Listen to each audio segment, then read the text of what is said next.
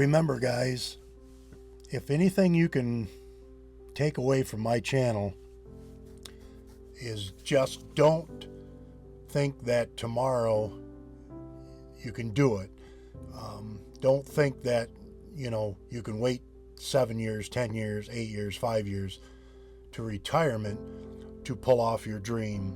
Don't ever think that. Don't die with a bunch of cash, die with a bunch of memories. That's always the way I look at things, and I think more should look at that. I've never seen a hearse with a luggage rack or a safe on top of it. It is what it is. When you finish your life, finish it, and always say at the, in that last stage of life, that don't sit there and say, I wished I would have, or I wished I could have, or I wished I would have had more time. I wanted to do this. Die, or give it your last breath, saying, man, I had the time of my life. I rode that horse as far as it could take me, and that's all I can say, because you just aren't guaranteed tomorrow. It just doesn't.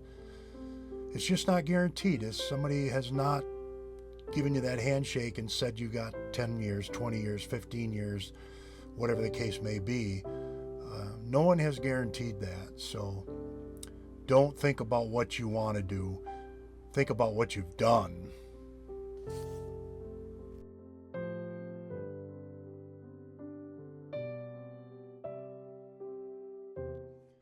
All right, guys, I figured welcome to the Wayne Diaries. I figured it's been a little bit before I have been able to put anything up, but it's been a kind of a crazy winter in many ways.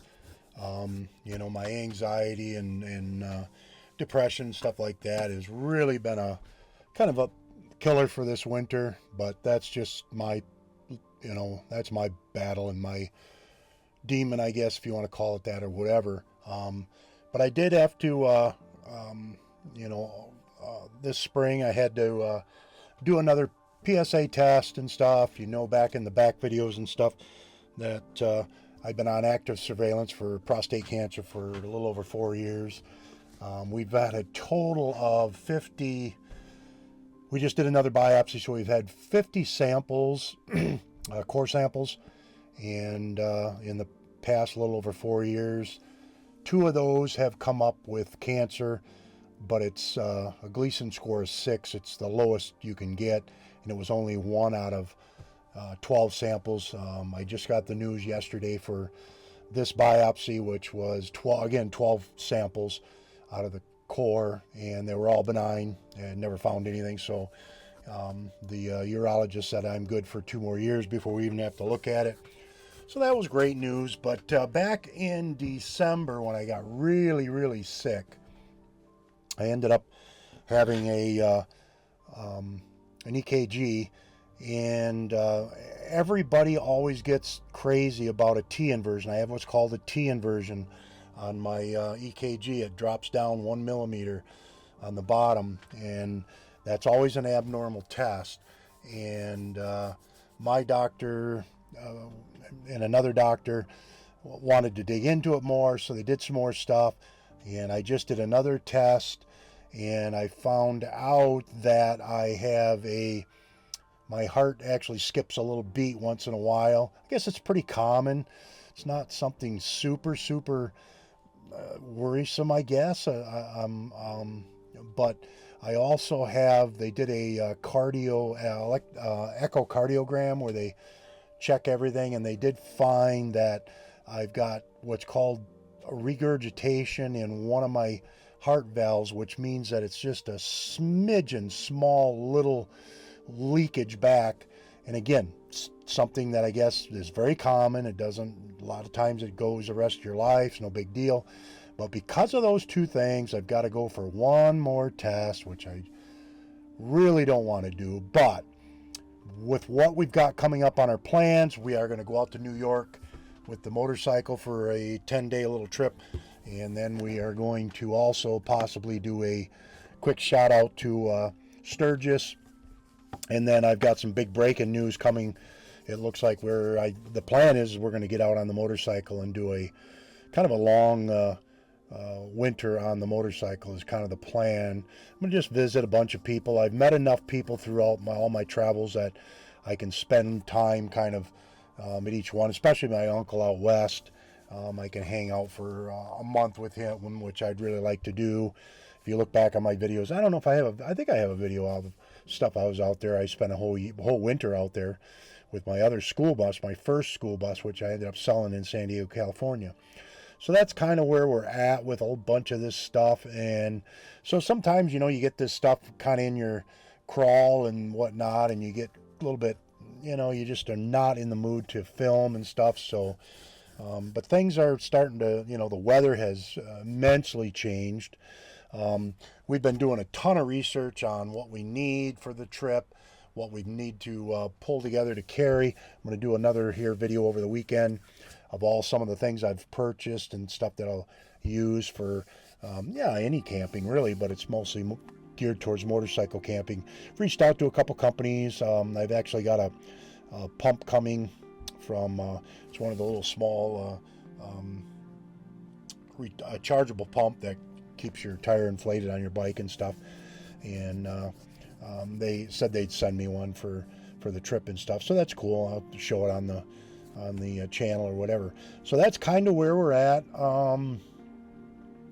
Yeah, that's, I guess, about it. But it's always that T inversion. I've had that T inversion since I was 25 years old. That's when it first showed up. And I've gone through so many doctors because they've gone on to a bigger hospital, or they've retired, or they just quit their practice and went somewhere else. So it's always a new doctor sees these T inversions and he gets nervous about it, which, you know, he gets nervous, I get nervous, whatever, because it is an abnormal EKG. And every time they do it, it's the T1 inversion, and it is a 1 millimeter or 1 millimeter T inversion. It's there all the time. And then I did get to see this this heart skip a beat or whatever. I did get to see it on the thing there and everything. And like I said, it's pretty common. Even the person that was giving me the test says I have the same thing. I can even feel it. And I said, well, that must be what I'm feeling once in a great while when I get that little kind of a jab or jolt or whatever the heck it is. And they said, yes, that's exactly what that is. Okay, it goes right back to beating normally and everything. It's no big deal. But one thing I do need to do is start doing more exercise, which I always get on my trips, but I don't get them when I'm back here. I just don't get in, you know, on my trips. I get a ton of walking in. I'm carrying gas, I'm pulling boats, I'm doing stuff, and you just become way more active. So it really helps. And I usually lose some weight and stuff, which I have lost about 6-7 pounds. My blood pressure's been phenomenal in that regard. It's actually been great. But anyway, this one more test that they want to do is basically they're just going to check. They're going to run a dye in my blood and monitor it and make sure all of the heart is reaching adequate blood flow, which that's fine, no big deal. The one test that I had already done showed all that, but they had one location that they weren't able to really get to, and that's kind of, I think, what they want to check is that. So that'll happen here.